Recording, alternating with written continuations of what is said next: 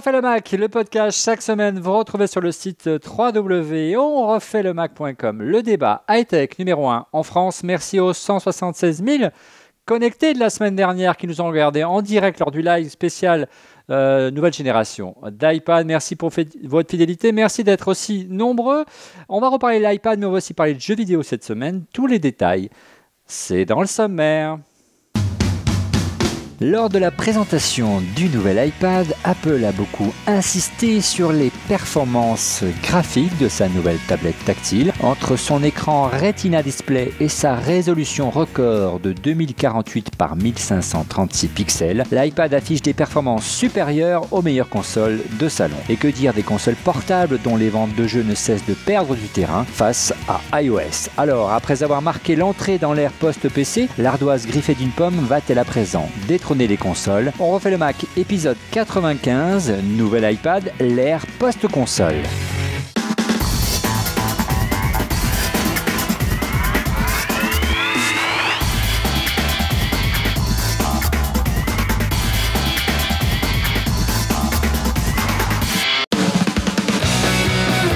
Chaque samedi, retrouvez On refait le Mac en vidéo sur le site www.onrefaitlemacom, mais également sur le portail high-tech Clubic et sur electronlibre.info. Le podcast est également disponible en téléchargement sur iTunes ou en streaming HD via nos chaînes YouTube, Dailymotion, Watt et Vimeo, mais aussi sur mobile et tablette via nos applications iPhone, iPad et Android. Sans oublier chaque mois sur le CD-ROM du magazine iCreate.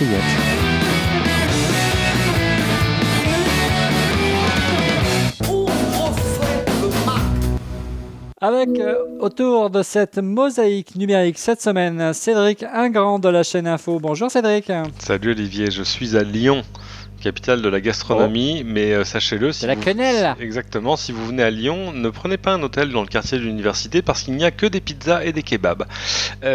Voilà, donc je suis un petit peu frustré de gastronomie, mais c'est pas grave, c'est pas pour ça que je suis venu. Je suis venu pour InnoRobot, le salon des robots qui se déroule cette semaine. Bien, c'est génial parce que je comprends un mot sur deux en espérant que la collection tienne. Autre chroniqueuse que vous avez déjà découvert dans Refait le Mac, c'est Fanny Bouton de fannysparty.com. Bonjour Fanny. Bonjour, ça va bien? Comment ça va? Super, moi aussi je vais rejoindre Cédric, mais demain à InnoRobot. Oh, très bien. Écoutez, je vais suivre ça sur Twitter. Autre chroniqueur que vous connaissez bien dans Refait le Mac, c'est Monsieur X, cet ancien responsable d'Apple qui avance visage masqué. Bonjour Monsieur X. Bonsoir Olivier. Puis moi je suis content parce que comme Norman dit dans ses vidéos, ce soir on va parler de Call of Duty, on va parler de jeux. Quelque chose qui nous manque un peu sur Mac depuis longtemps. Ouais, on va en parler.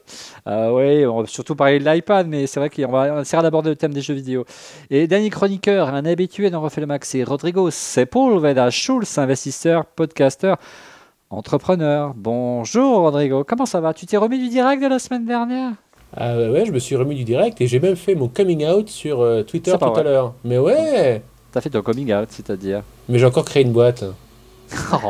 Et ouais, ça s'appelle Sepúlveda Capital. C'est pour investir dans les startups, dans la tech, en amorçage, et puis de temps en temps faire du conseil aux très grandes entreprises. D'accord, donc c'est séquence promo, c'est ça? Séquence promo. Bien, avant d'aborder le sujet du jour... Et on a passé les 9000 followers sur le compte Rodrigo sur Twitter. Merci à vous. Bon, je n'arriverai pas. Je n'arriverai pas. Alors, on va y aller. Avant d'aborder le sujet du jour, à savoir les jeux vidéo, on va revenir quand même sur l'événement de la semaine dernière, à savoir la présentation de la nouvelle génération, je l'ai bien dit, les gens d'Apple, de l'iPad. Il ne faut pas dire l'iPad 3. Cédric, tu étais l'un des rares privilégiés à être à Londres la semaine dernière et l'avoir en main. Quelles sont tes impressions, notamment? Mais absolument pas. Moi, j'étais à Paris pour essayer de t'appeler et faire un duplex, mais ça ne marchait pas. Alors, quelles sont tes premières impressions? Qu'est-ce que tu en as pensé? On ne va pas trop rentrer dans les détails puisqu'on va l'avoir en main dans les prochains jours et on en reviendra plus en détail la semaine prochaine, dans l'épisode de la semaine prochaine. Ça sera le 96. L'accroche, c'est l'écran et l'écran, il est top. Voilà. Sorti de ça, c'est pas une déception, c'est juste qu'on aurait eu envie d'être plus surpris par le design, par plein de choses. Mais en fait, étant donné que toute l'interaction, tout ce qui se passe sur cette machine, c'est quand même jamais qu'un écran avec une batterie et un processeur, l'écran c'est super important et du coup c'est vrai que ça change des choses, il y a des choses que ça changera pas, mais au quotidien, C'est-à-dire une puce radio. Ah bah il y a quand même une puce pour de télécommunication avec des fréquences radio dessus. Oui, mais apparemment la 4G c'est pas pour chez nous, donc. Ça sert pas à grand chose. Mais on va y revenir sur la 4G. Déjà. Oui, mais c'est pas les bonnes fréquences. Il y a 38 bandes de fréquences différentes pour la 4G dans le monde, donc voilà. Mais on en reparlerons apparemment la semaine prochaine, puisque Olivier apparemment a quelque chose à nous dire. Non, mais juste un petit détail. Tu parlais du design, qu'il n'avait pas évolué. C'est quand même intéressant de noter que ça fait quand même 2 keynotes d'affilée qu'on n'a pas de nouvelles de Jonathan Ive, quand même. Voilà, il faut noter qu'il n'était pas là une nouvelle fois sur scène. Et c'est quand même un homme important au sein d'Apple. Moi, ce qui m'intéressait de te poser comme question, puisque ça a été une polémique sur Twitter tout au long de la semaine, suite à l'épisode de 93 où tu disais que le Retina Display ne pouvait pas arriver sur l'iPad. Que nenni, monsieur Ingrand, que nenni. Ah bah non, mais c'est pas ça. Les gens Qu'est-ce que tu réponds à ça? Quand on parle sur Twitter, on parle en 140 caractères. Ça répondez, répondez maintenant. Ah mais vous êtes en train de me faire exactement ce que j'ai vu sur Twitter la semaine dernière, avec des messages qui étaient à la limite supérieure du désagréable, je dois le dire. Mais non. Mais il suffit de revoir l'épisode pour comprendre ce que je voulais dire. C'est que évidemment, ça pouvait pas être du Retina Display comme sur l'iPhone à plus de 300 dpi, parce que ça aurait donné des 364 pp. 326, je crois. 364. Non, 326. Va vraiment vérifier. 326. Apple.com/iPhone. C'est possible. J'ai pas mon Mac devant moi. Alors que là, on est plus on est plus sur l'iPad aux alentours de 260. C'est pas pareil. Sur le site, il était marqué que pour eux, un Retina Display, c'était 300 points par pouce. Alors, de fait, quand on regarde la keynote, mais à maxima culpa, enfin, à façon de parler, quand Steve a lancé l'iPhone 4, il a dit quand on regarde un iPhone à 10 pouces de ses yeux, et à plus de 300 dpi, ça donne, voilà.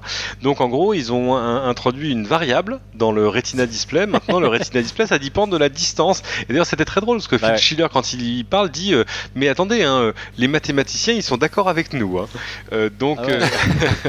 Alors moi, j'objecterais. Monsieur X. Si la résolution. Si la résolution qu'il faut pour que ce soit un Retina Display dépend de la distance à laquelle on la voit, alors à ce moment-là, toutes nos télés sont Retina Display, et je pense que si je mets un Minitel de l'autre côté de la pièce, il sera Retina Display aussi. Mais donc il faudrait quand même donner une limite inférieure en dessous de laquelle tout ça n'a pas beaucoup de sens. Je t'avais dit de l'autre côté de la scène. Exactement. Oui. Mais de fait, encore une fois, Retina Display, c'est une définition à Apple, ça leur appartient, ils peuvent en faire absolument ce qu'ils veulent. Et en fait, ce qu'il faut se dire, c'est que Retina Display, bon, maintenant d'abord, c'est plus une valeur absolue, mais surtout, c'est juste une façon pour Apple d'arriver à exprimer une sorte de bénéfice consommateur sans rentrer dans des détails techniques trop poussés. C'est un label marketing d'Apple aujourd'hui. Dans le temps, on avait Sony Trinitron. Personne ne s'expliquait ce que c'était Sony Trinitron, et c'était sur tous les écrans. Oui, mais c'était une vraie technologie. C'était une vraie technologie qui était vraiment différente. Il y avait la grille, Sony Trinitron, les autres n'étaient pas Trinitron. Parce qu'il y a des téléphones, qui étaient à Barcelone, au Mobile World Congress, qui étaient à plus de 400 dpi à l'écran. Il y a un téléphone LG qui est Full HD sur 4 pouces et des diagonales. Mais évidemment, ça peut pas s'appeler Retina Display, même si c'est encore mieux que. Mais bon, peu importe. L'écran, il est terrible. Et on y reviendra évidemment, mais ce qu'il faut leur reconnaître, c'est que tout ça c'est fait apparemment, on attend les benchmarks, sans manger sur la batterie, même si la machine consomme beaucoup plus qu'avant. Alors on reviendra la semaine. Petite question. Elle est un tout petit peu plus lourde et elle est infiniment plus épaisse. Honnêtement, il faut chercher la petite bête. On sent pas la différence.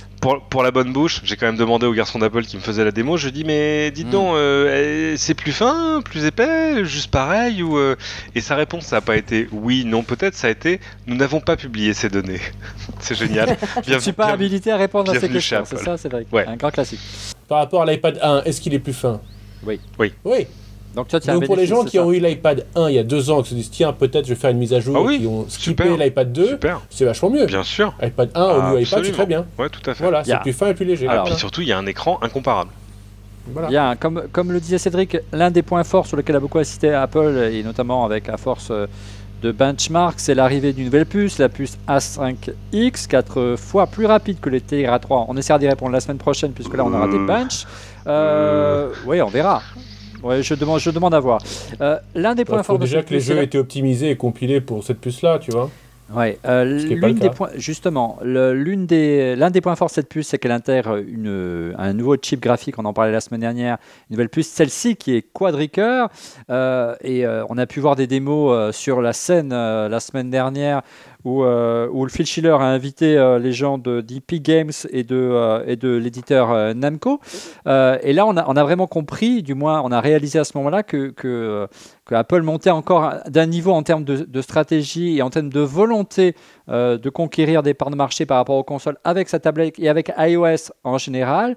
Alors, d'après vous, messieurs, avant de rentrer dans le détail des 2 petits jeux qu'on a vu la démo, est-ce que vous pensez qu'aujourd'hui, au-delà de l'ère post-PC, on entre dans l'ère post-console ? Je vais te plomber le débat de manière définitive, c'est que c'est pas... merci, bonsoir. C'est aujourd'hui pas possible, pour une raison très simple, c'est une raison de modèle économique. Chez Apple, le contenu est là pour faire vendre des machines et pas autre chose. Le contenu en lui-même est pas un business très important pour Apple. À la fin de l'année, c'est même pas... tout ce qui se vend sur iTunes, sur machin, les applis, le reste, etc., c'est pas 10% du business, je suis même pas sûr que ce soit 5% du business. Donc, c'est un truc très sympa, c'est un chouette petit business, mais c'est là pour faire vendre du hardware. Chez les autres, c'est l'inverse. Les machines sont là pour faire vendre du logiciel. Tant qu'on sera sur des modèles si différents, les éditeurs n'iront pas et n'investiront pas sur des jeux sous iOS en tout cas, comme ils le font sur des jeux Xbox, PlayStation, Wii et le reste. D'abord parce que c'est des trucs qu'ils ne peuvent pas vendre entre 40 et 70 euros. C'est des trucs qu'ils peuvent vendre 10 euros à tout casser. Et parce que là encore, c'est un petit business pour petits éditeurs. Regarde les jeux qui cartonnent aujourd'hui sur iOS. Combien ils ont vendu d'iPad au dernier quarter? 15 millions. Oui, mais on s'en fout. Si tu mets 50 millions de dollars, tu peux pas rentabiliser un Grand Theft Auto aujourd'hui sur iOS. C'est pas possible. Ça ne fonctionne pas. Alors, il faut que tu en vendes beaucoup trop et beaucoup trop cher par rapport au prix moyen du marché.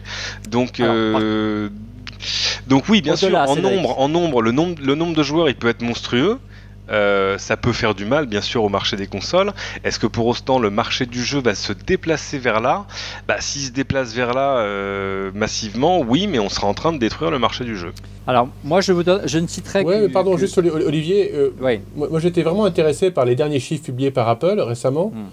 Quand tu dis, ils ont, qu'est-ce qu'il racontait, 76% de son chiffre d'affaires vient de machines iOS, quand ils montrent que la vente d'iPad de dernier quarter est supérieure au nombre de PC par n'importe quelle marque constructeur de PC. Devant HP. C'est-à-dire qu'il y a une tendance de fond, de renouvellement de parc des gens qui vont vers, non pas les PC ou les laptops ou les netbooks, mais maintenant vers les tablettes et majoritairement les iPads. Donc il faudra bien faire tourner quelque chose sur l'ordinateur qu'auront les gens. Alors, pour aller dans ton sens, pour les 2 prochaines années, tu peux imaginer que ce ne sera pas 56 millions d'iPad, mais ce sera probablement 100 millions d'iPad adressables. Et du coup, si c'est adressable, tu prends une part de marché dedans de 3-4 points, tu as quand même 2-3 millions de machins, ça te fait quand même 30-40 millions tout de suite de revenus si tu leur vends. C'est pas négligeable. Si mutualise en plus les efforts de développement, parce qu'il y a le front, il y a la puce dans laquelle tu compiles, puis il y a le back de développement, tu peux mutualiser sur différentes plateformes. Je pense que c'est en revanche un marché très intéressant pour le jeu. On parle pas de la même chose. Call of Duty, le premier week-end, c'est 300 millions de dollars de vente. Oui, d'accord, mais il y a quand même une tendance aujourd'hui chez l'utilisateur, et ça, c'est pas moi qui le dis, c'est une étude d'un cabinet qui s'appelle Fleury Analytics. Alors, si c'est un cabinet. Novembre. Ah, bah oui, c'est important. Hein. Si c'est écrit dans la presse, c'est vrai. Si c'est écrit sur Internet, laissez-moi en placer une quand même. Alors, ça à la télé. S'il vous plaît, selon une étude du cabinet Fleury Analytics, mais non, mais c'est ce que disait Einstein, de toute façon. De novembre 2011. Le problème avec Internet, c'est qu'on peut pas vérifier les sources. Oh, incroyable! Alors, selon une étude du cabinet Analytics en novembre qui date... selon une étude du cabinet Analytics qui date de novembre 2011, le marché des jeux vidéo sur smartphone a dépassé en valeur celui des consoles portables. Il y a 2 ans, la Nintendo DS pesait à elle seule 70% du marché, 2,7 milliards de dollars, contre 20% pour iOS et Android. En 2010, la Nintendo est descendue à 57% du marché contre 34% pour iOS et Android. Et cette année, les appareils sous iOS et Android représentaient en novembre dernier 58% des recettes, 3,3 milliards de dollars. Il se vend plus de jeux aujourd'hui et on fait plus d'argent aujourd'hui sur téléphone et sur tablette que sur console portable, Cédric. Je pense qu'il y a une différence actuellement, pour l'instant, sur les smartphones, sur les tablettes, c'est pas du tout les mêmes jeux qu'on a sur les consoles. On est sur du casual gaming, on est sur des jeux de plateau adaptés, style Monopoly, 1000 bornes. On appelle ça même du snack gaming, j'ai vu ça. Voilà, c'est ça, du snack exactement. gaming. C'est quelque chose qu'on voilà, que tu peux jouer sur 5-10 C'est pas la gastronomie minutes. du jeu vidéo, quoi. Non, mais c'est ça. Il y a 71% des gens, ça je sais plus de quelle étude je l'ai tiré, mais je l'ai lu clairement. 71% des gens, c'est pour le boring time. C'est le temps où tu t'ennuies dans les transports, en attendant ton copain, voilà. Au boulot, voilà. j'en passe. Donc c'est des jeux qui sont en attendant très, ton copain courts. parce que c'est essentiellement les femmes qui jouent. Voilà, Allez, exactement. Non, mais je parle pour moi. Ouais, mais voilà, c'est pareil dans l'autre sens. Et c'est que des jeux qui sont très très courts. Il y a très peu de jeux actuellement qui sont des jeux vraiment qui viennent des consoles, qui sont adaptés. Après, moi, mon avis perso, et je sais c'est pas celui de tout le monde, mais je pense qu'en effet, avec les processeurs qui augmentent et qui sont de plus en plus performants dans les tablettes et dans les téléphones, on va pouvoir pouvoir faire ce qu'on appelle du portage. Et moi, en tant que gameuse sur console aussi de salon, j'aimerais bien pouvoir entamer ma partie chez moi de Call of Duty ou de Soul Calibur ou ce que tu veux, et d'emporter la même partie sur mon produit et de la continuer au même endroit. Alors, grâce à la technologie NFC, peut-être un jour. Mais voilà, je prends la partie où elle est, je continue dans les transports en commun, et quand je rentre chez moi, quand j'arrive sur mon PC au boulot, je peux continuer la partie sur un plus grand écran aussi. Microsoft a fait une démo avec ça. Ouais, mais il y a des gens qui travaillent là-dessus, mais voilà, moi c'est. On va y venir, messieurs dames. Monsieur X, qui n'a pas encore parlé ce soir, quand on voit que la résolution aujourd'hui et la puissance, de manière générale graphique, de l'iPad de 3e génération, pour pas dire iPad 3, 2048 par 1536, c'est plus qu'une PS2, c'est plus qu'une Xbox 360. On peut se dire que là, on a passé un gap qui permet effectivement de concevoir des jeux au niveau graphique, et on l'a vu la semaine dernière lors des démos avec Sky Gambler et Infinity Blade Donjon d'Epic et de Namco, concevoir des jeux qui en termes de réalisme et de graphisme sont équivalentes, voire supérieures en graphisme à une console, parce que la console elle est limitée à la résolution d'une télévision, et la résolution d'une télévision est inférieure aujourd'hui à celle d'un iPad. Monsieur X. Oui. Voilà, donc ça fait Merci, mais donc ça fait un des 3 premiers paramètres pour espérer avoir des jeux un peu plus en masse sur l'iPad qui est rempli, à savoir la puissance graphique. Bon, même si c'est loin certainement de ce qu'on peut avoir encore aujourd'hui sur un PC fixe. Mais c'est un vrai paramètre dont on peut dire, bon, les éditeurs vont être séduits. Il y a un deuxième paramètre qui est un peu à mi-chemin entre ce que disaient Rodrigo et Cédric, qui est cette histoire de la poule et l'œuf, qui est l'histoire de la base installée et du prix moyen de vente. Moi, j'aurais tendance à pencher du côté de Rodrigo en disant... la base installée d'iPad n'est pas encore énorme, elle va devenir énorme. Je crois avoir compris que les prévisions de vente en iPad pour Apple cette année, c'est 60 millions d'unités, donc la base installée devrait être proche, grosso modo, des 100 millions à la fin de l'année. Moi, je vois bien d'iPad, ouais. Je vois bien Apple avec 100 millions d'iPad installés pour la Noël, faire un chèque à quelques éditeurs de jeux et aller se payer pour iPad les meilleurs titres du marché. Et la vidéo leur permet de faire 2-3 trucs. Et puis le dernier paramètre, il ne faut pas l'oublier, c'est l'ergonomie. Ouais. Et là, moi, je pense que la limitation est encore là. On ne joue pas avec un iPhone et un iPad, c'est-à-dire un écran tactile, comme on joue avec des boutons sur une Nintendo ou sur une console. Il y a des petits joysticks vachement bien quand même maintenant pour l'iPad. Oui, mais ça fait 2 produits et la console, on est habitué comme un bon vieux flipper dans le temps à faire corps avec et à la bouger. Donc il y a encore ce problème de l'ergonomie, mais je pense que c'est plus ça qui est la frontière aujourd'hui que la puissance graphique et la base installée. Ces deux choses-là sont en train de se résoudre. Vous parlez des jeux hardcore, si vous regardez parmi les 2 top ventes dans les jeux, 4 d'Europe de cette top-là, c'est parfaitement adapté au touch. Angry Birds, c'est parfaitement adapté au touch. Oui, mais c'est du casual gaming, c'est quoi? C'est du jeu, c'est ce qu'il disait, c'est du snack gaming, c'est des jeux, tu fais... Ouais, il faut un peu de pognon quand même chez Rovio. Hein. Non mais Rodrigo pense quand même que si c'est ça la tendance, il y aura plus d'Assassin's Creed. C'est bon, j'ai tout dit. Voilà, mais non. Attends, pardon, je vais vous donner quelques chiffres, pardon, qui sont un petit peu vieux, ils ont 12 ou 18 mois. T'as fait un coup de Google, vas-y, allez. Non, pas du tout, de tête, de là. Ah, le marché... Alors ferme les yeux pour le dire. Alors, le marché mondial de l'industrie du film, c'est à peu près 87 milliards de dollars. Le marché du jeu, c'est 83 milliards de dollars, donc c'est à peu près la même chose. Et sur les 83 milliards de dollars, c'est à peu près 60 milliards, c'est pour le logiciel, et 23 milliards supplémentaires, c'est pour le hard, la vente des consoles et des accessoires. Sur les 60, c'est à mettre en relation avec la pub sur Internet, c'est entre 55 et 60 milliards. Toute la pub Internet, c'est la même chose que le jeu en logiciel. Et dans le jeu, il y a un gros acteur qui fait dans les 10 ou 12 de milliards. Après, tous les autres, c'est petit, ça descend très vite, il y a 1 milliard ou 2, et après, ça descend à 300 millions. Rovio, donc Casual Gaming, qui est en train de taper les 100 millions, c'est très proche de tous les acteurs. Hein? Donc oui, il y a de la place pour les acteurs, même en Casual Gaming, de faire beaucoup d'argent et de rentrer dans la cour des acteurs. Non, mais oui, clairement. Alors, avant de revenir sur les... Mais quand on voit Infinity Blade Donjon là, d'Epic Games, on n'est pas dans du casual gaming, Fanny ou Cédric. Non, on est dans du jeu pour joueurs, même si c'est une expérience de jeu qui est pas très longue, quoi. C'est pas Skyrim, mais c'est pas fait pour être Skyrim, donc en fait rien à dire. Mais c'est vrai que je le trouve un petit peu répétitif. C'est surtout je pense que c'est d'ailleurs comme ça que Epic qui a fait le jeu et que Apple le voit. C'est une vitrine technologique, comme ça l'était déjà pour l'iPad 2, ça l'est encore plus pour l'iPad 3, c'est-à-dire c'est un très beau jeu 3D, même si l'expérience de jeu est un peu courte, c'est du très beau jeu 3D en quasi snack gaming, quoi. Ouais.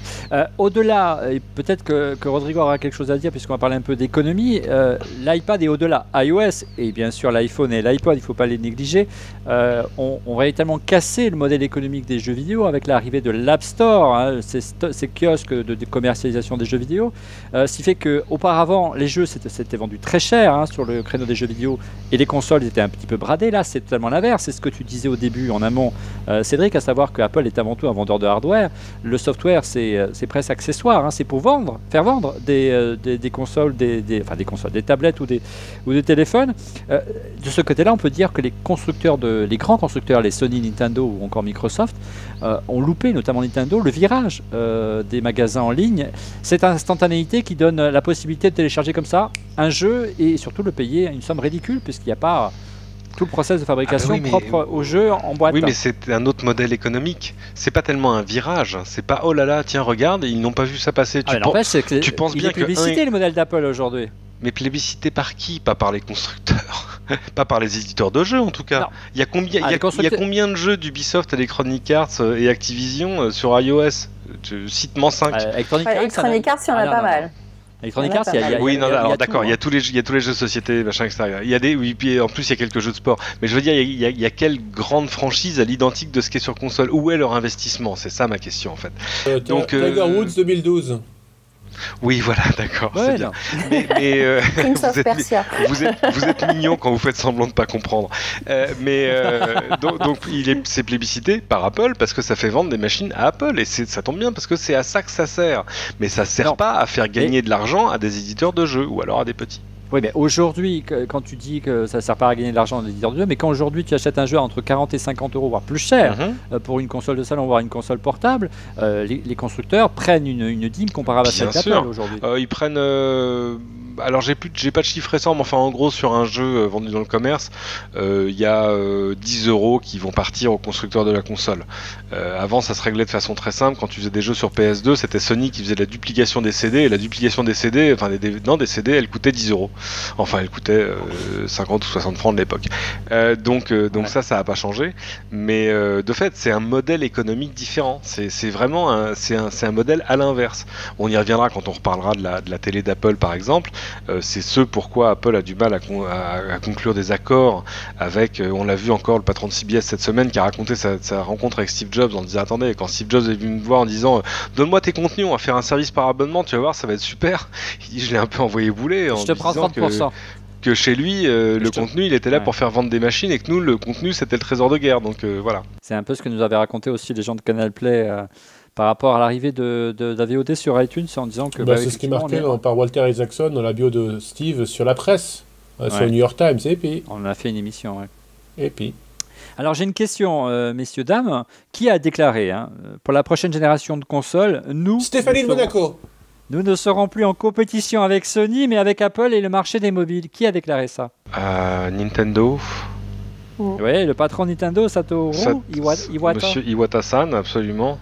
Voilà, oui, hein, il le sait, hein, il sait de quel côté sa tartine est beurrée, parce que, évidemment, d'autant que Nintendo, c'est particulier, parce que Nintendo, ils font la console, mais ils gagnent surtout énormément d'argent, enfin, pas surtout, je sais pas, faudrait voir leur compte, avec le soft. Quasiment rien, hein. On sait que les fabricants de consoles vendent quasiment à perte pour certains. Ah, mais alors, Nintendo, c'est particulier, parce qu'ils ont réussi à faire la Wii sans la vendre à perte, contrairement aux consoles oui, parce HD. que pas elle n'était pas aussi évoluée en termes de. Simplement, elle coûtait beaucoup moins cher en composants, c'était quasiment les composants de la à produire. GameCube qui étaient arrivés avant. Par contre, Microsoft et Sony ont perdu beaucoup d'argent sur le hardware. Hein. Ils ont beaucoup investi, ça s'appelle comme ça, mais il faut penser qu'au meilleur jour de la Wii, je me souviens dans le top 10 des ventes de jeux en France, il y avait 5, 6, voire 7 places de jeux Nintendo. Donc c'était totalement délirant, donc ils gagnaient un fric absolument fou. Évidemment que le modèle à la Apple, ça les intéresse pas un instant. Ouais, ce qui est intéressant de mettre encore une fois des chiffres en parallèle, il s'est vendu plus de 150 millions de consoles Nintendo DS depuis son introduction en 2004, à titre de... Parce qu'on dit souvent, la Nintendo DS, ça vaut rien, c'est vrai. Mais il s'en est vendu 150 millions. Pas mal. Alors l'iPad, on peut dire il s'en est vendu beaucoup moins, mais oui, il s'en est vendu 15,4 millions en 3 mois, on l'a dit, lors du dernier trimestre. 55 millions depuis son lancement en 2010, c'est déjà le tiers des ventes de Nintendo DS, alors que ça vaut 4 à 5 fois plus cher. Et là, il y a l'iPad 2 qui arrive avec un prix un peu plus plancher. Et si on comptabilise tous les appareils sous iOS, aujourd'hui on est à 150 millions en circulation. Oui, mais alors attendez, stop. Attends. Alors Fanny. Non, juste pour un petit truc comme ça par rapport au niveau des enfants, parce que ceux qui jouent beaucoup à la DS en fait sont des enfants, donc souvent des moins de 15 ans, voire même 12 ans. Et actuellement, il y a un basculement qui est en train de se faire qui est assez intéressant. Si on demande aux enfants s'ils préféraient avoir une Nintendo DS ou un iTouch, parce qu'on va pas parler d'iPhone parce qu'ils sont trop petits pour avoir un téléphone, mais un iTouch est moins cher qu'une DS 3D. Et souvent les enfants préféraient avoir le iTouch, et quand on leur demande pourquoi les jeux sont un peu moins bien peut-être quand même, ils me disent oui mais je peux en acheter plus, c'est moins cher, et surtout je peux regarder des films, je peux regarder ma musique, et quand il y a le Wi-Fi je peux envoyer des mails à mes copains. Voilà, ils parlent pas encore de réseaux sociaux, etc. Donc ils ont bien compris que c'est multitâche et que ça permet de jouer très très bien, que l'autonomie est limite mieux aussi. Ouais. Voilà. Après, il y a le regard des parents qui continuent à dire non, c'est bien, t'as déjà de quoi jouer aux jeux vidéo et tu nous casses assez les pieds. Si en plus tu te connectes au mail et qu'en plus tu vas pouvoir regarder des vidéos et tout, tu vas rester connecté tout le temps à ton truc. Donc on continue à acheter une DS. Mais voilà, mais les enfants, il y a une bascule quand même. Ils regardent avec les yeux. S'ils avaient le choix, ils voudraient un iTouch. Voilà. Est-ce que vous ne pensez pas que, comme beaucoup d'observateurs, que le taux de renouvellement des consoles, notamment des consoles portables, est trop lent par rapport à Apple qui met à jour tous ses produits sous iOS quasiment, mais c'est pas quasiment, c'est tous les ans. Et que la Nintendo, il faut amortir donc 5-6... la Nintendo DS, elle a duré un bon moment, Cédric, quand même. Oui, mais sous des itérations successives. En clair, plus d'innovation, Cédric. Plus d'innovation. Oui, mais en fait, c'est amusant. C'est amusant parce que c'est à contre-pied de ce qui se passe dans le monde des consoles, où justement la vie des consoles est en train de se rallonger. C'est-à-dire que... sur les grosses consoles de salon, la Xbox première du nom, elle a duré combien de temps? 4 ans peut-être. Ouais. Elle a été assez courte la durée de vie. Là, la Xbox 360, ça fait je sais plus combien de temps qu'elle est. Alors évidemment, elle avant la PS. Elle a changé. Il y a le modèle noir, plus fin. Il y a Kinect, enfin etc. Mais l'innovation se fait à la périphérie de la console. En clair, ils se disent que s'ils sortaient une nouvelle console aujourd'hui, qu'est-ce qui te ferait l'acheter? Tant qu'ils n'ont pas trouvé la réponse, ils font pas de nouvelle console, ce que je peux comprendre. Alors chez Nintendo, il y a une urgence qui est un peu plus pressante, c'est que la Wii est pas une console HD et que là c'est plus possible de pas avoir une console HD, donc d'où la Wii U qui devrait sortir d'ici la fin de l'année, enfin en tout cas être dévoilée définitivement au salon E3 à Los Angeles en juin, qui elle justement, et c'est intéressant, on reboucle sur ce qui se passe pour ce qui nous intéresse, avec un contrôleur qui serait aussi un écran de plus, c'est un écran tactile, et tout à coup ça permet, c'est ce qu'ils nous ont montré en démo l'année dernière à Los Angeles en juin, avec des expériences de jeu absolument géniales où tu as ce qui se passe sur l'écran de la télé et ce qui se passe sur le deuxième écran, avec des interactions géniales quand tu fais du jeu multijoueur, etc. Ça ouvre des possibilités intéressantes, mais il reste à voir si le public va accrocher. Et ce qui est intéressant pour l'innovation de la nouvelle console portable, c'est la nouvelle console de Sony, la PS Vita, qui vient tout juste d'arriver il y a quelques semaines seulement. Alors ce qui est intéressant, c'est qu'elle serait équipée, ou elle est équipée, on ne sait pas trop, on verra, d'après ce qui se dit sur Internet en tout cas, de la même puce graphique quadricœur que l'iPad. La différence que l'iPad 2, donc il a une résolution de 2048 par 1536 pixels et la PS Vita c'est 960 par 547 pixels avec un écran. Bien plus petit écran. Hein. Ouais, un écran de 5 pouces. Ouais. Prix Wi-Fi, en Wi-Fi 250 €, prix 3G 299 €.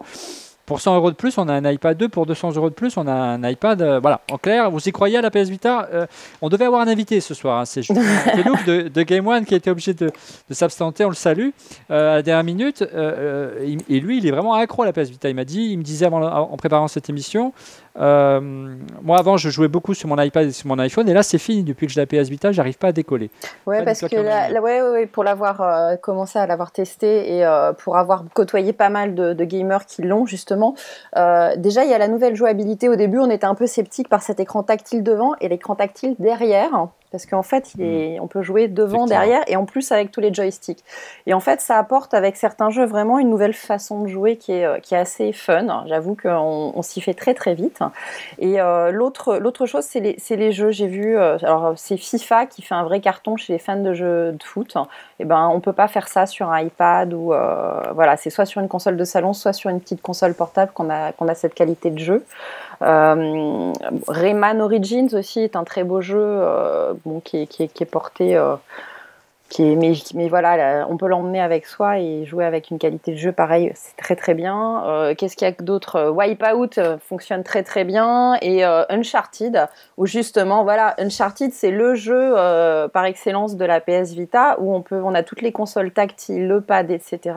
Et c'est nouveau et on y passe du temps et il y a un super gameplay quoi. Il y a un scénario terrible. Donc en clair, elle tient la route et au-delà, elle a rien à envier à l'iPad aujourd'hui, bien au contraire. Non, surtout qu'elle a un vrai joystick, plus les commandes tactiles. Plus les commandes tactiles, 3G, plus la caméra. Sur Little Deviant, on peut jouer avec la réalité augmentée aussi. Et plus l'écran tactile, il faut shooter tout un tas de trucs. Donc voilà, elle est très complète. Et il y a déjà reste le prix des jeux, Fanny.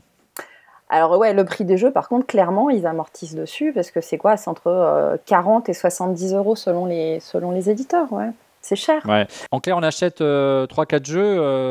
Quand on repaye le prix de la console. Ouais. On repaye la console ou alors c'est le prix d'un iPad, quoi. Voilà. À réfléchir. Mais c'est pas du tout les mêmes jeux actuellement. Le jour où on aura des jeux équivalents sur iPad, les gens basculeront peut-être. Mais Alors, habile transition, encore une fois, Satoru Iwata, qui est le patron de Nintendo, disait l'année dernière lors de la GDC, la Game Developer Conference, qu'il disait que les plateformes mobiles, à savoir iOS en particulier, n'ont aucune motivation à maintenir une forte qualité des jeux. C'est par la quantité qui font du profit, la valeur des jeux leur est totalement égale. Êtes-vous d'accord ou pas d'accord, messieurs, dames? Je suis d'accord avec Serge. Hein. C'est exactement ce que je disais tout à l'heure. Donc.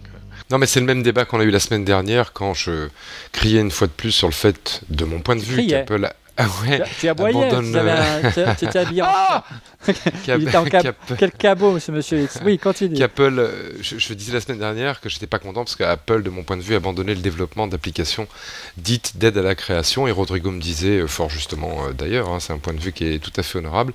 Oui, mais c'est plus le problème d'Apple. Aujourd'hui, il y a tellement d'éditeurs sur la plateforme iOS que faire une bonne application pour gérer ses photos, comme iPhoto, ça pourrait devenir crucial et le problème d'un éditeur logiciel point barre. Si Apple met à disposition une bonne plateforme, que la motivation d'Apple elle soit là ou pas pour faire des jeux, à partir du moment où il y a le bon environnement de développement, la bonne base installée, ce qui est essentiel, et puis le canal de distribution, les développeurs de jeux vont venir et ils sont déjà là. Moi je pense une fois de plus que la seule limite, c'est l'ergonomie, c'est-à-dire la présence ou pas de boutons. Maintenant, si Apple veut le faire, on peut imaginer que sur un iPod Touch, ils inventent un petit accessoire qui se mette dans le port de rechargement de l'iPod Touch et qui puisse en faire un produit compétitif vis-à-vis de la PS Vista ou des derniers produits chez Nintendo. C'est une question de... Non, Johnny Ive a appelé, il n'est pas d'accord. Il y aura pas de. C'est moche de faire un accessoire à côté. Il n'y aura pas de paddle pour la. Mais en revanche, attends, il y a une chose que je voulais dire sur la PS Vita tout à l'heure que Fanny n'a pas mentionné. Autant, moi, je pense que de toute façon, jamais Apple va nous mettre un paddle ou une croix de contrôle, machin, un stick sur aucune machine. Donc ça, je pense qu'on peut abandonner l'idée dès maintenant. En revanche, une chose qu'il pourrait faire et qui existe sur la PS Vita, c'est le pad tactile à l'arrière. C'est-à-dire que l'arrière de la machine est un écran tactile qui permet de contrôler des... Ah pardon, mais j'ai mal entendu. Vas-y. Bah, voilà, ça pourrait se faire sur des machines Apple. Ça pourrait se faire sur un iPhone, ça pourrait se faire sur un iPad, ça pourrait se faire sur un iPod, et ce serait un peu plus d'interface parce que ça permet quand même de jouer sans mettre ses mains sur l'écran, ce qui est pas inintéressant. Mais c'est vrai que Monsieur X a raison, le fait qu'il n'y ait pas de stick et de boutons, il y a plein de jeux pour lesquels c'est indépassable. Et il n'empêche, Cédric, il y a eu une rumeur, tu le sais, qui était un peu ridicule d'ailleurs, mais il y a toujours des rumeurs un petit peu ridicules de dernière minute avant une keynote. Ce serait que le prochain iPad aurait été parce que tout ça, c'est du passé, c'est du conditionnel, et je ne sais même plus ce que c'est, mais elle a vite été évacuée, cette rumeur. C'est qu'elle serait équipée d'une technologie, le prochain iPad, ce qu'on appelle une technologie qui est sensible à la pression, enfin sensible, on sent les différences de texture, de matière. Le haptique, c'est sur certains téléphones portables, quand vous appuyez, ça vous envoie une petite vibration juste pour renvoyer à votre doigt le... Alors là, ça va beaucoup plus loin dans la démo. Absolument, mais je sais parce que je l'ai essayé, cette technologie. Cette technologie, elle vient du Japon. Là, ça permet elle vient du Japon et ça vous donne l'impression sur un écran tactile que vous avez non seulement un retour quand vous appuyez, pas vraiment des vrais boutons, mais en tout cas un vrai retour comme si tout à coup l'écran avait une profondeur. C'est-à-dire que vous avez des retours successifs de vibrations ou de choses dans le doigt qui fait que c'est pas pareil selon la force avec laquelle vous appuyez. C'est absolument confondant. Je suis assez persuadé que c'est chez Kyocera que j'ai vu ça au Japon et de fait ce serait pas inintéressant, mais apparemment c'est pas pour ce coup-là. Ce serait une évolution intéressante pour justement permettre de positionner un paddle, positionner des boutons, des choses comme ça. Non, ça remplace pas un paddle, ça remplace pas des boutons. Non. Non, mais parce qu'un paddle ou des boutons, Olivier, c'est très simple. C'est que, regarde, tu vois, si je suis sur une machine, un paddle ou des boutons, je peux continuer à te regarder, mes doigts trouvent les boutons et le paddle tout seul. Sur du tactile, ça marche pas comme ça. T'es forcé de regarder où tu mets les doigts. Alors, en l'occurrence, la société dont on a parlé comme l'éventuelle société qui fournirait cette technologie haptique à Apple, c'est Senseg, S-E-N-S-E-G. Voilà, et avant de te redonner la parole, entre cette technologie donc de retour de force sur l'écran tactile et puis effectivement une petite croix pour se déplacer qu'Apple fera jamais en accessoire, on peut imaginer aussi des boutons sur la tranche d'un produit comme l'iPod Touch. Il y en a déjà sur la PS Vista, il y en a déjà sur les produits de chez Nintendo. La Vita pas. Non, ils se sont dit que Vista ça accrocherait pas. Vista, c'est déjà pris. Mais aujourd'hui, ça n'a pas très bien marché. Aujourd'hui, on prend ces photos avec des boutons qui sont sur la tranche. On peut imaginer mettre des contrôles de jeu sur la tranche d'un produit comme l'iPod Touch. En tous les cas, d'un point de vue design, ça serait compatible avec ce qui se fait aujourd'hui. Donc pourquoi pas. Là, ce qu'on a pu voir, alors c'est autre chose encore comme façon de jouer, mais qu'on a vu au CES, je ne sais pas si Cédric, si tu l'as vu, c'est Woowee qui va développer ça. Alors avant, ils faisaient les robots sapiens, c'est tout. Ouais, Woowee. L'année dernière, ils avaient sorti les guitares en papier tactile, et là, cette année, ils vont sortir là au printemps, je crois que ça va arriver en Europe. C'est des accessoires avec des jeux qui sont assez délirants. C'est par exemple, vous pouvez avoir un petit pistolet sur lequel on plug le iPhone, et là, on va jouer en réalité augmentée. Donc, dans votre décor réel, vous avez plein de petits aliens qui sortent et il faut les shooter. Et, le iPhone sert de viseur, en fait. Figurines, un peu comme des Pokémon, des trucs un peu rigolos. Où dedans, il y a des puces NFC, par exemple, et ça se mettra sur le téléphone. Et ça va, le petit personnage va prendre vie dans le téléphone, un peu à la façon d'un Tamagotchi, et il faudra le faire vivre dans le téléphone, et après, ça retournera dans la figurine, que le gamin repartira avec l'école à l'école avec la figurine. Il y a tout un tas de jeux qui sont en train d'être développés comme ça, avec le NFC et la réalité augmentée, qui sont assez intéressants aussi. Pour conclure l'émission, on essaie, vous l'avez bien compris, de dessiner l'avenir des jeux vidéo et des consoles. Est-ce que l'iPad va se substituer aux consoles ? On dit souvent que plutôt pour les consoles portables, mais pourquoi uniquement les consoles portables ? Est-ce qu'il y a encore une différence entre une console portable et une console de salon ? Surtout quand on voit arriver là de plus en plus, on l'a vu avec l'Apple TV 3 et les dernières générations d'iPad, avec AirPlay, où on peut commencer à jouer sur son téléphone ou sur sa tablette et finir de jouer sur sa télé via l'Apple TV. Est-ce que c'est pas ça l'avenir? En clair, il y aurait plus de différence entre une console de salon et une console portable, sachant qu'on attend, Cédric, une télé, et ce serait quand même une belle valeur ajoutée qu'aurait une télé d'Apple si elle pouvait faire ce genre de fonctionnalité-là. Ah bah tout à coup, oui, c'est vrai que... il est d'accord avec moi. Non mais oui, de toute façon, rien ne remplace un paddle, hein. Ça je suis désolé, mais bon. Mais c'est pas grave, parce que d'autres expériences de jeu sont possibles. Oui, évidemment, ça ferait immensément sens, surtout que quand on apprend aujourd'hui que la production de la télé d'Apple devrait commencer en mai pour une commercialisation à la fin de l'année, et que Walter Isaacson, le biographe de Steve Jobs, dit ouais, il y a des trucs que j'ai pas écrits. Il a pas tout dit, et on lui dit mais vous avez sur quoi vous n'avez pas tout dit?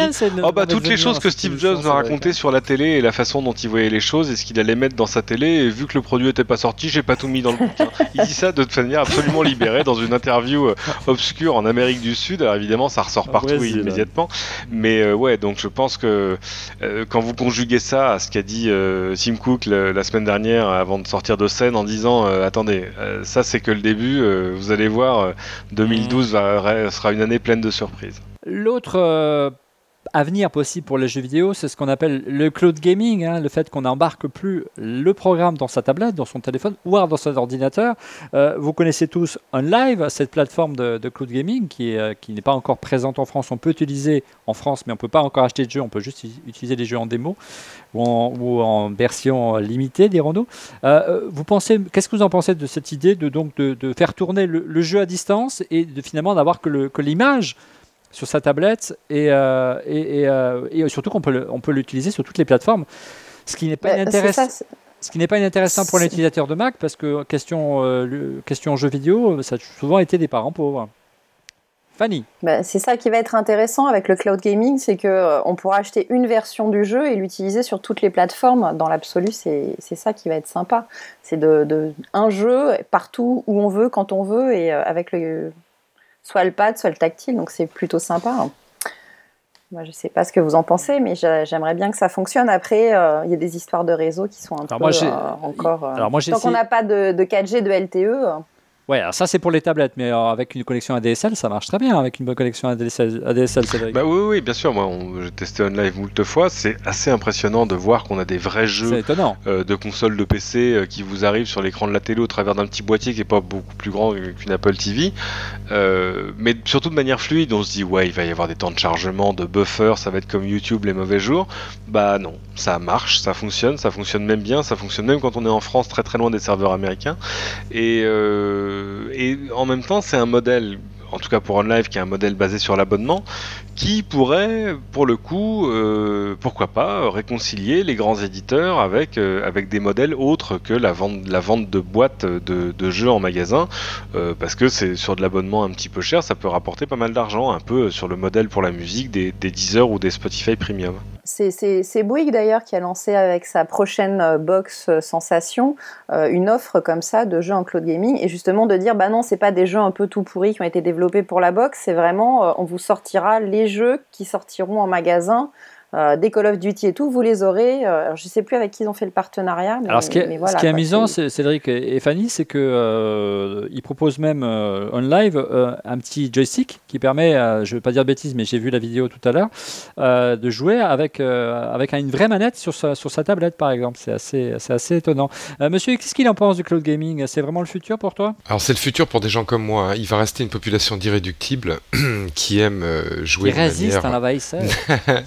Nocturne au MMORPG ou autre first person shooter, je ne sais plus comment on dit. Star Wars Old Republic. Voilà. Pourquoi? Parce que ces gens-là sont habitués une fois de plus à une ergonomie indépassable à ce stade, un énorme clavier avec plein de boutons et plein de raccourcis, un grand écran, un casque pour pouvoir parler, et ces gens-là continueront pendant un bon bout de temps à être sur leur PC.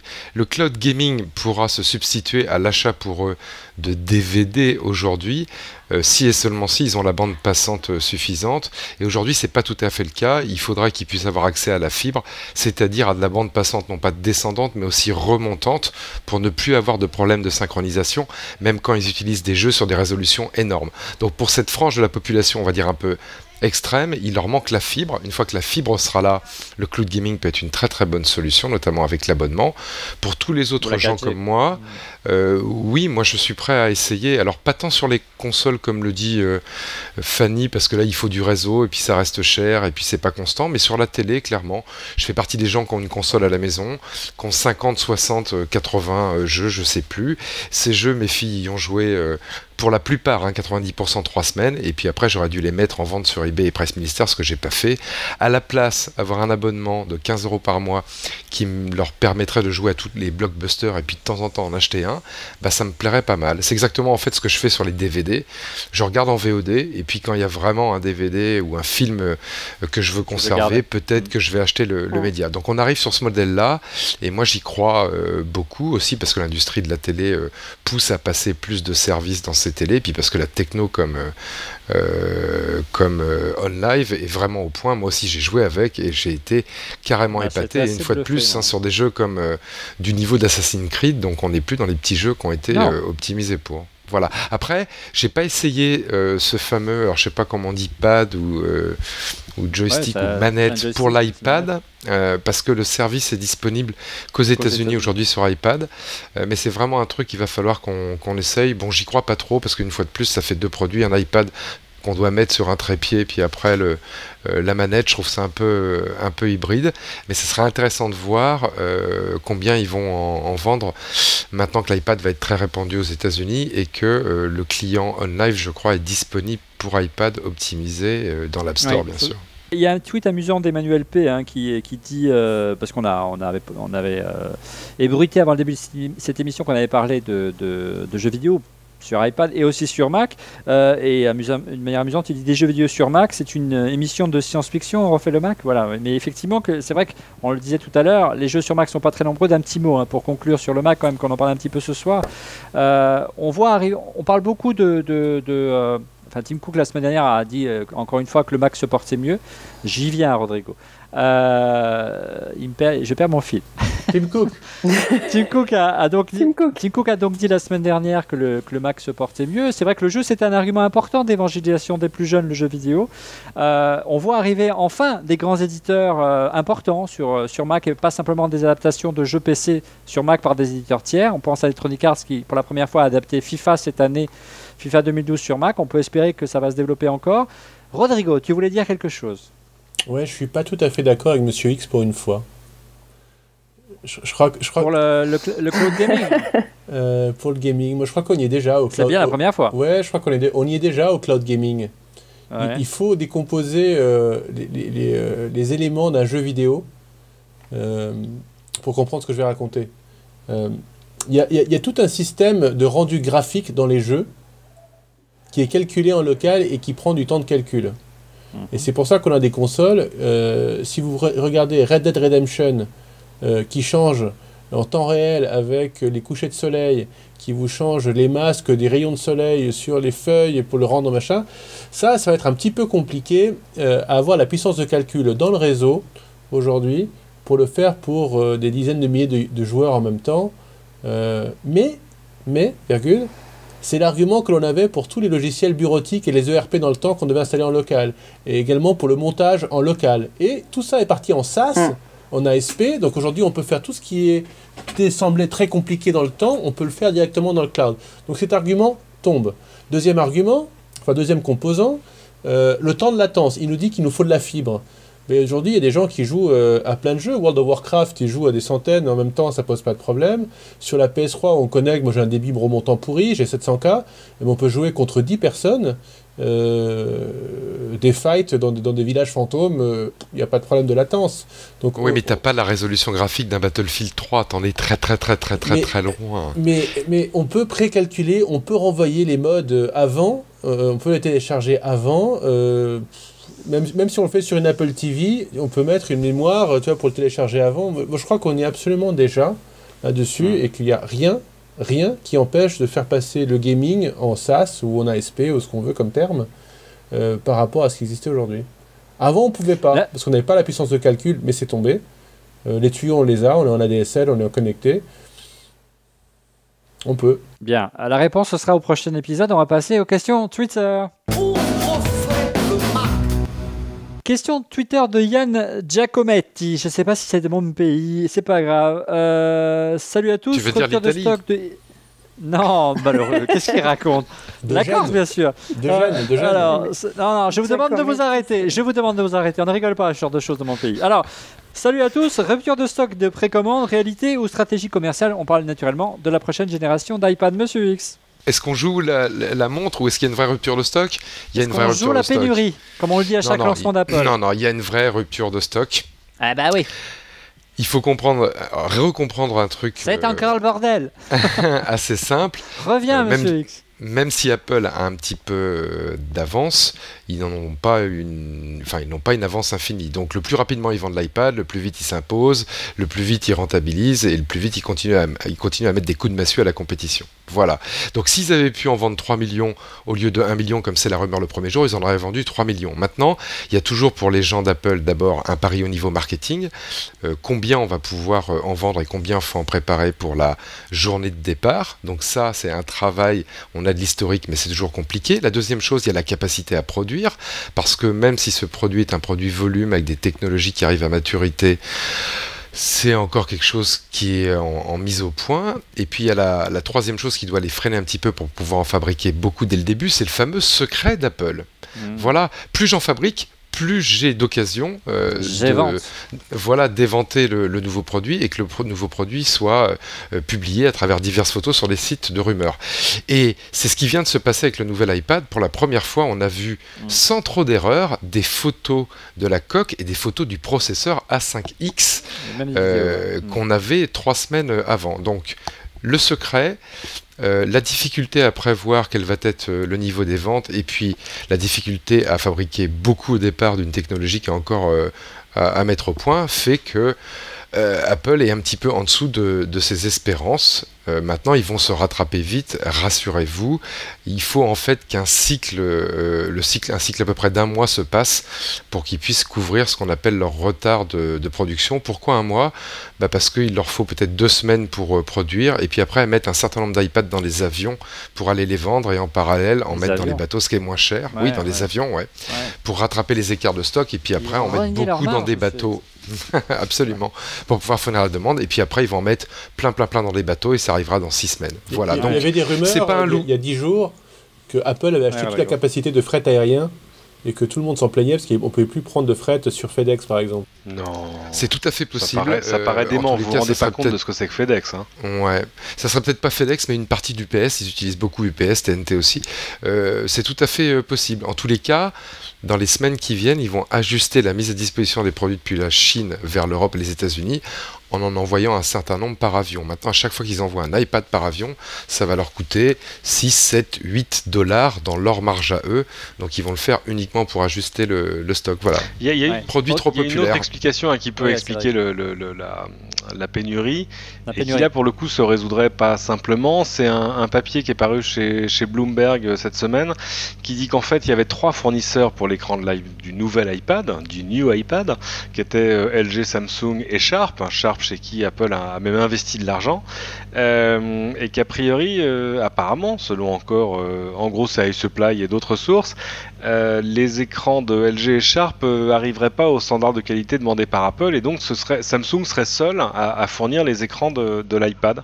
Autre question sur l'iPad, cette fois-ci c'est ça va être quand même étonnant parce que dans les slides on voyait une livraison pour 8 ou 10 pays pour démarrer et la semaine d'après ils ont rajouté genre 25. Ouais, 24 pays, t'as fait énormément. Ouais. Question de Fabrizio Cali, le nouvel iPad, on en parlait tout à l'heure durant l'émission, c'est pour ça que je voulais pas qu'on le développe, parce qu'il y a une question très rapidement, parce qu'on va y revenir la semaine prochaine. Le nouvel iPad version 4G sera-t-il compatible avec la 4G française, messieurs? À voir, parce que pour l'instant, telles que sont les spécifications de l'iPad tel qu'il est sorti, par exemple, tel qu'il va sortir aux États-Unis, a priori la réponse serait non. Pourquoi? Parce que là où les fréquences de la 2G et de la 3G étaient à peu près standardisées, c'est-à-dire qu'avec un téléphone quadribande, comme on dit, tu couvrais à peu près toutes les fréquences telles qu'on connaît dans le monde, la 4G, c'est-à-dire la technologie 4G, est distribuée sur des fréquences pays par pays qui sont très différentes. Moi, j'ai lu un papier cet après-midi qui dit qu'il y a 38 bandes de fréquences ou paires de fréquences, etc., différentes pays par pays.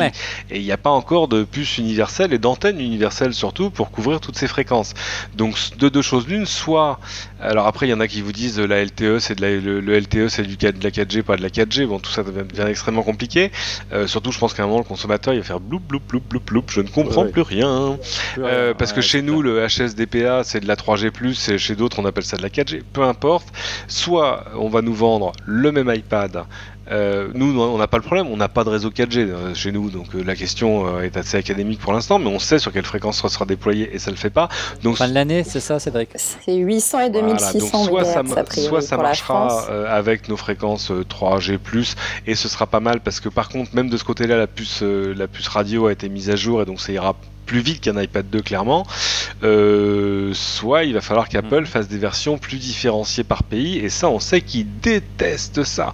Ils n'ont pas envie qu'il y ait en fait dans le catalogue 5, 6, 12 modèles d'iPad différents juste pour adresser des problèmes de fréquence radio. Il y a un article qui est passé cet après-midi qui dit que la puce 4G LTE intégrée dans l'iPad, dans le nouveau iPad, est une alors c'est une c'est puce quoi, Qualcomm. c'est via, je l'ai lu via Telcologic, voilà, c'est la MDM 9600 Qualcomm qui supporterait l'ensemble des fréquences du spectre correspondant à la 4G. Alors, donc voilà, notamment les françaises. Ce qui est étonnant quand même. Mais c'est pas suffisant, dit l'article, il faut également que l'opérateur ait déployé les logiciels et les configurations nécessaires pour exploiter les fréquences dans la puce. Un iPad dit 4G marchera normalement avec une puce 3G en France.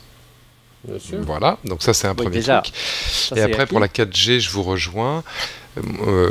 Moi, des questions que j'ai posées à des gens qui connaissent le domaine, ils m'ont dit va y avoir un travail commun à faire entre Apple. Vraisemblablement au niveau du matériel, ça pourrait marcher sur certains réseaux 4G en Europe, notamment en France, mais il y a un travail de microcode, de firmware de l'iPad certainement à faire évoluer, et puis il y a un travail au niveau des opérateurs pour en gros trouver entre les fréquences 4G implémentées dans l'iPad aujourd'hui et les fréquences 3G+ existant aujourd'hui en France, une fréquence commune sur laquelle on pourrait communiquer, même si ça ne fera pas du 4G au même niveau qu'aux États-Unis. Maintenant, encore faut-il que les opérateurs veulent faire l'investissement et qu'Apple veuille faire l'investissement. Et là, je ne suis pas optimiste. Il faut se rappeler qu'à côté du marché français, il y a un marché beaucoup plus important pour Apple qui est le marché chinois. Apple vient d'ouvrir la mise en vente de l'iPhone chez China Telecom, mais toujours pas chez China Mobile. J'espère que je cite les bons noms. China Mobile étant le plus gros opérateur de téléphonie mobile en Chine. Pourquoi ? Parce que China Mobile leur demande d'adapter l'iPhone pour supporter leur 4G à eux. Et Apple s'y refuse. Donc ce qu'Apple ne fait pas pour le marché chinois alors qu'il se coupe 400 millions de clients potentiels avec China Mobile, je les vois mal le faire pour la France où il y aurait potentiellement au départ 1 million de clients 4G et encore. Ils ont deux versions pour les US, AT&T et Verizon, pour la 4G américaine. Donc ils auront déjà 2 SKU, donc de numéros de stock. Il y aura 2 versions de l'iPad aux États-Unis, une version pour AT&T et une version pour Verizon. C'est vrai que ce qui est bizarre, Schiller l'avait non, ça montre que c'est pas simple. Les Chinois refusent de payer les royalties liées aux technologies de télécom. Donc ils redéveloppent chez eux des standards chinois, parce qu'ils savent qu'ils auront un marché beaucoup plus grand que ce qu'il y aura dans le reste du monde. Donc ils redéveloppent tout eux-mêmes. Bien, messieurs, dames, on a fait le tour des questions Twitter. Nous allons passer à vos coups de cœur. Bien, les coups de cœur, on va commencer par Cédric. Écoutez, c'est bête, c'est une application gratuite, mais que vous pouvez pas avoir encore, parce que moi je l'ai sur un téléphone qui est pas sous iOS, donc je sais, c'est d'ici... Comme ça, on peut pas l'avoir encore. C'est moche. Mais pas encore en douille. Vous ne pouvez pas l'avoir encore. Uniquement en France métropolitaine.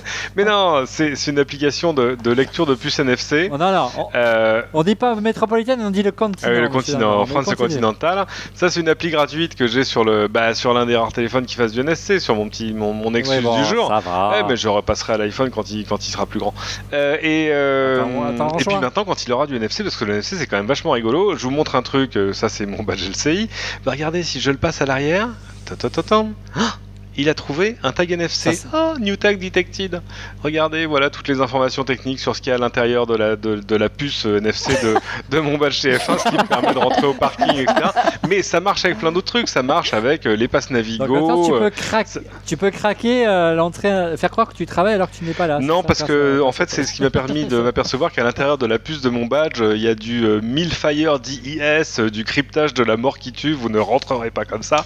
Mais il y a des choses plus simples pour vous amuser avec des passes Navigo. Et puis découvrir toutes les puces NFC qui vous entourent déjà au quotidien dans certains articles, dans des vêtements. C'est vachement rigolo. Et là, tout à coup, on se dit on va s'amuser, je pense, avec le NFC. Deuxième chose, une application qui elle existe partout. Ça s'appelle TuneIn. C'est une application qui existe partout sur iOS ou Android ailleurs.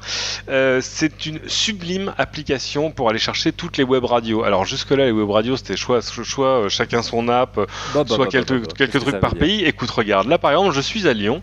Qu'est-ce qu'il me suggère? Il me dit radio locale. Si je clique sur radio locale, il va aller me chercher toutes les radios lyonnaises que je peux écouter en direct. C'est extraordinaire. Moi, j'y suis arrivé parce que RTL, RMC, Europe 1. Non, regarde. Regarde, Active Radio 101.6, la radio de la Loire, Autoroute Info, les fréquences locales de BFM, de Chéri, de Europe, de machin, non, mais il y a quand même. Attends, regarde tout ce qui me sort. Et c'est que Lyon. Une de plus. Non, c'est pas une de plus parce que c'est celle qui a le plus de références, parce que au-delà des stations, il y a aussi les émissions, les podcasts par exemple. Ça permet d'aller rechercher des milliers et des milliers et des milliers de podcasts, et surtout ça permet, quand on écoute une émission, regardez, de cliquer, si l'écran ne s'éteint pas, sur la petite touche enregistrement et d'enregistrer ce qu'on est en train d'écouter. Que fait la SACEM? Bah non, t'as le droit d'écouter. Moi, radio cassette, hein, c'est quand même, ça a pas évolué. Sur l'iPad, t'as 12 € pour rémunération pour copie privée. Hein, oui, c'est vrai, absolument. Donc, faut bien, maintenant que tu l'as payé, faut bien que ça serve. Ça coûte 1 € sur iOS. Ça coûte en ce moment en promo 20 centimes sur Android, mais je ne vous ai rien dit. Ah, c'est payant. La version pro la version pro qui permet d'enregistrer est payante, mais il y a une version gratuite aussi. Ça fait un peu occupation de célibataire dans une chambre d'hôtel à Lyon, ça. Alors, Fanny, essaye de relever un petit peu le niveau, s'il te plaît, Fanny. Vas-y. Bon, alors, moi, je vais rester dans le jeu vidéo, regarde. Alors, attends, je vais commencer par la boîte. C'est un jeu pour iPad. Ouais. C'est pour que vos enfants ne rayent pas, mais puissent jouer sur vos iPads. Oh, mais qu'est-ce que c'est donc? Vous avez des petits garçons. Et moi, ce sont des petites voitures Cars de chez Disney. Je peux pas jouer aussi. Ouais, mais regardez, il y a la petite voiture rose, c'est magnifique. Ouais. Donc voilà, donc c'est des petites voitures, hop, regarde, hop, comme ça. Au milieu. Non, là, au milieu. Voilà, là, par là. D'accord. Voilà. Non, elle veut pas. Si. Donc voilà. Et là, on a des petits contacts en dessous. Alors comme ça, on se dit, ouais, ça va rayer mon iPad. C'est pour mettre sur l'iPad. C'est pour mettre sur l'iPad. Alors regarde l'appli. Hop. Donc je prends ma petite voiture. Et alors, il faut bien mettre les doigts sur les fenêtres, parce que c'est les contacts pour faire passer le courant électrique, je sais pas. Et voilà, et je roule avec ma petite voiture. Oh, c'est trop mignon. C'est génial. Attends, hop. C'est super. Voilà. Et voilà, et donc je me balade dans mon truc. Alors si je perds le... Oui, on s'aperçoit que c'est pas facile d'y jouer à l'envers. Non, voilà, à l'envers c'est pas facile, en plus, bon voilà. Donc en fait, au volant. le joystick, en fait, c'est la voiture. Mort au tournant. Mais voilà, c'est super mignon. Ça vous coûte combien? Je l'ai testé avec des gamins. Alors, je n'ai pas le prix, mais c'est pas trop cher, je pense. Voilà, je l'ai testé par contre ce week-end avec une 50aine d'enfants. Et ils ont tous couru au magasin avec leurs parents pour dire je le veux. Hashtag vie ma vie. Voilà. Donc, ouais. Voilà. Et tu vois que c'est là on a une solution pour. J'ai un autre petit truc aussi. Pour ne pas avoir besoin de manette. Oui. Qu'est-ce donc? Ça, voilà, c'est pour les jeux vidéo, si vous aimez aussi. C'est pour rappeler que vous jouez beaucoup sur la console, mais des fois, c'est une petite carte à faire. Oh, je t'aime plus fort que ma Xbox, c'est mignon. Ah, j'en veux une. Voilà. Bon, là c'est vrai. Allez, on redescend, Cédric, on redescend 5 minutes. Monsieur X, ton coup de cœur ce soir. Je suis un peu grognon ce soir, donc je vais être un peu plus dans les coups de gueule que dans les coups de cœur. D'abord, on a parlé de jeux, donc un petit message pour Apple, si vous pouviez empêcher les gens de tricher sur Game Center, parce que absolument tous les high scores de tous les jeux sur lesquels vous proposez cette fonctionnalité, pas de jeu en réseau, mais de mise en commun des résultats, sont complètement bidons. Ça a été piraté de A à Z et vous faites rien pour ça. Donc moi, j'ai beau m'évertuer à faire 600 à Fruit Ninja, quand le high score c'est 100 000 milliards, je vais pas y arriver. Ça, c'est première chose. Deuxième chose. Il est mauvaise humeur, hein, message personnel.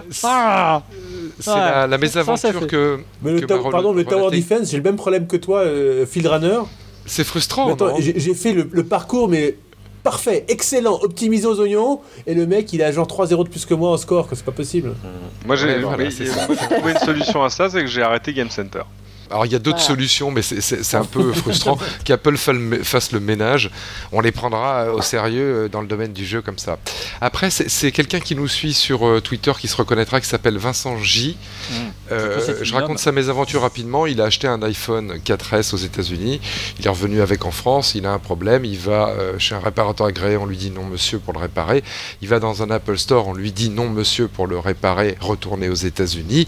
Il envoie un petit mail à Tim Cook, qui répond pas certainement en direct, mais qui fait répondre quelqu'un de son office, comme on dit, qui lui dit « Ah non, produit américain, pas garantie mondiale ».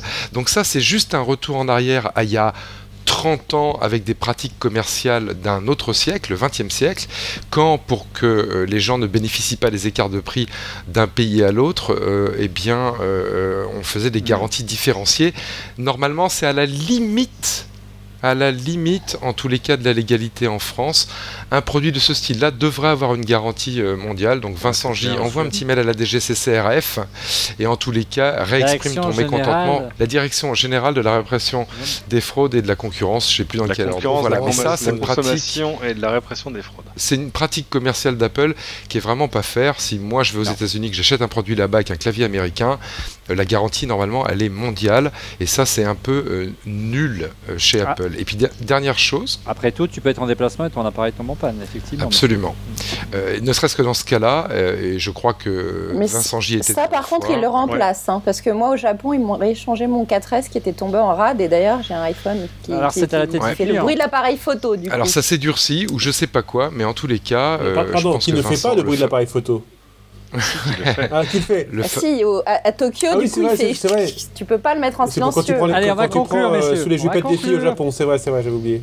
Et je finis juste, je fais un petit cadeau à une autre personne qui nous suit sur Twitter. Alors son nom c'est Ali, il travaille je crois au Maroc dans un Apple Premium Reseller.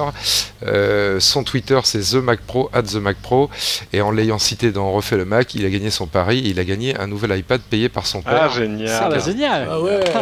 C'est génial, bravo. Ce qui le consolera de travailler chez un Apple Premium Reseller, donc futur chômeur, mais au moins il aura un iPad. Oui, mais au Maroc, ils n'ont pas de concurrence. Ah, c'est vrai. Ils n'ont pas de concurrence encore d'Apple au Maroc. Pourquoi tu casses l'ambiance comme ça? Allez, Rodrigo, ton coup de cœur. Rodrigo. Ah non. Enfin, fais vite. Ah non. On est à 1h12 enregistrement. Et pour vous dire que je commence à me retrouver vraiment dans mon camarade Monsieur X, je vais commencer par un coup de gueule. Allez. Donc moi, j'ai regardé attentivement 2 fois en AirPlay depuis mon MacBook Air sur mon Apple TV. La rediffusion. C'est Mountain Lion. La rediffusion de Tim Cook. Donc je regarde, je trouve ça vachement bien. La super démo d'iPhoto pour iPad, je trouve ça super top. Ça chiant, moi. Et je me dis, allez, 4,99, je vais me l'acheter. Et je vous rappelle que moi je n'ai qu'un iPad 1. iPhoto, c'est juste pour faire gna avec les photos. Et que me dit... Siri, c'est pour faire gna dans ton iPhone, mais s'il n'est pas qu'à faire, ça marche pas non plus. Et que me dit l'App Store? Ils me disent, ah non, désolé, il vous faut une caméra faciale. What the fuck? Quelle arnaque! Mais what the fuck? Quelle arnaque! Donc il faut un iPad 2 ou le new iPad pour avoir iMovie. Ouais. Branleur après. Ensuite, c'est la ça s'appelle l'obsolescence programmée. Non, c'est pas ça. C'est alors ce que je vous dis depuis le début, le soft est juste là pour faire vendre du hard. Et donc je me dis, je vais m'acheter iMovie. Hein? Alors je vais sur l'App Store, 4,99. Bye. Non. Et ils me disent, non, désolé, il vous faut un iPad avec une caméra faciale. Mais what the fuck, Apple? Mais moi, si j'ai envie de faire du montage photo ou du montage vidéo, mais je vous emmerde, quoi. Donc j'ai pas le droit, donc je vais être obligé de m'acheter un iPad, new iPad.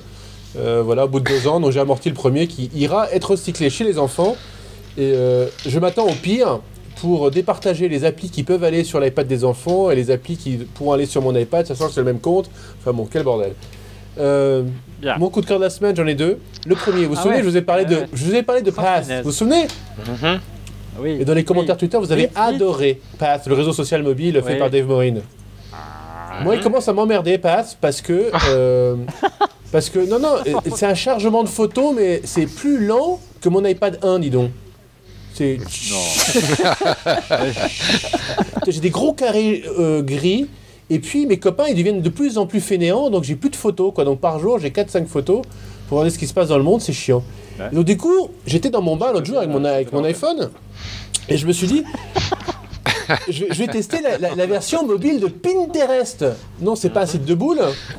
Pinterest, c'est le nouveau truc à la mode qui a 3 mois. Ça vaut 500 millions au bout de 3 mois. Ils ont fait 13 ou 14 millions d'users en 3 mois. C'est le truc non, mais c'est lancé il y a 3 ans, Pinterest, Rodrigo. C'est mon histoire. D'accord. Et quand tu vas regarder les boards sur Pinterest.com, mais c'est chiant, il y en a partout, J'ai l'impression d'avoir un truc de petite annonce. Et, on va conclure. Hein? Quoi? On va conclure, il est un quart d'enregistrement, il faut conclure. Et Pinterest n'a aucun intérêt pour moi sur le web. D'accord, mais Pinterest sur iPhone... Mais Pinterest sur iPhone, c'est vachement bien. Du coup, tu regardes des très très belles images et ça va super vite. C'est vachement bien, c'est vachement varié, c'est top. Ça, c'est... Last coup de cœur. Allez, bon. Le dernier. Alors, je sais pas comment on fait les filles dans les magazines féminins pour savoir que c'était un mec amoureux de sa femme. Parce que sur le site, j'ai pas trouvé une référence à quoi que ce soit. Mais c'est un mec qui a refait le plan de métro en version super chouette. Ça s'appelle Chemtro. Vous connaissez? Ça vaut 1,99 sur l'App Store. Et ça vous fait de manière graphique les connexions du métro dans Paris. C'est vachement bien fait. Et en plus, une fois que vous achetez l'appli, vous pouvez downloader, c'est à peu près 100 mégas, le plan en déconnecté interactif. Donc, c'est pas un PDF, hein, interactif. Et c'est très très très joli pour vous repérer dans Paris. Et ça vous fait même les sorties les plus proches dans les stations de métro. Bien, alors de mon côté, on va essayer de rattraper le retard. J'ai à la fois un coup de cœur et un coup de gueule. Le coup de gueule, c'est dans la lignée de ce qu'a dit Rodrigo. Moi, j'irai plus loin. Toi, tu reproches qu'Apple, à juste titre, ne propose pas ses dernières applications sur l'iPad 1. Moi, je repose qu'Apple ne les propose pas gratuitement sur l'iPad 3. Aujourd'hui, quand vous achetez un Mac, il y a iLife d'installer, pourquoi pas sur l'iPad. C'est toujours ça de gagner, mais c'est vrai que ça fait quelques millions de dollars quand on en vend 15 dans l'ordinaire trimestre à 7 € ou 4,50 € l'application. Ça, tout, voilà, c'est toujours bon à prendre. Mais c'est vrai que du temps du Mac, c'était gratuit. Quand on achetait une machine, on avait l'environnement de base qui était là. Surtout que c'était des machines de création. Monsieur X on est le témoin. Et mon coup de cœur, le voilà, j'essaie d'aller vite pour rattraper un petit peu le retard, parce que là ce soir on dépasse tous les records d'enregistrement. C'est ça, qu'est-ce que c'est? C'est le nouveau casque de chez Focal. Il est de toute beauté. Apple Focal. FO CAL. Voilà, c'est français, monsieur, bien sûr. C'est fabriqué chez N ou c'est de l'aluminium. C'est très beau, c'est du cuir. Ça s'appelle le Spirit One. Ça vaut 199 €. C'est cher, c'est vrai, mais c'est du haut de gamme. Et le son est top. On fera un test complet dans le prochain. Avec Riette, voilà, merci messieurs dames d'avoir participé à ce 95e numéro d'On refait le Mac. J'espère que vous avez tenu jusqu'au bout. Vous retrouvez Cédric dès samedi dans plein écran. Qu'est-ce qu'il y a au menu, Cédric? Qu'est-ce qu'il y a au menu? Non mais attends, non mais tu peux pas savoir, on tourne tellement en ce moment que... Ah si. Pas les robots, des startups qui font du business et de l'éthique en même temps. Benefacto, Jimmy Fairley, des choses où vous faites du shopping, des bonnes affaires et de bonnes actions en même temps. Fanny, vous la retrouvez tous les jours et également lors des événements qu'elle organise, fannysparty.com. La prochaine, c'est quand la Fannys Party mardi prochain, le 20 mars. Donc mardi prochain, et ça a lieu au Hard Rock Café à Paris, sur les grands boulevards, pour ceux qui ont la chance d'habiter. Vous allez pouvoir... Vous pourrez voir en avant-première, pas pour les journalistes, mais en tout cas pour le public, ce sera la première sortie du drone 2.0 de Parrot. Comme ça, c'est intéressant avec ses caméras HD. J'essaierai de jeter un coup d'œil vu que j'ai pas pu aller à la conférence de presse, comme ça je le verrai à la Fannys Party, ce sera sympa. Voilà, tu pourras jouer, on va faire des belles vidéos. La conférence de presse de Parrot, Olivier? Ouais, j'ai pas pu y aller la semaine dernière. Je bouclais avec Riette, un grand regret. Petit chat. Ouais, pour ceux qui suivent, private joke.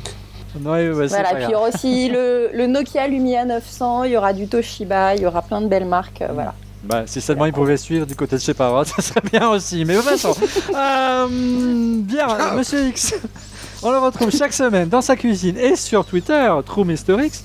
Et enfin, Rodrigo, vous le retrouvez partout, sur PAF, sur Twitter, sur Facebook, et sur son blog et son podcast. Et sur Pinterest mobile. Oui, mobile. Et bientôt 10 000 followers sur Twitter, je vous le dis, @RODRIGO.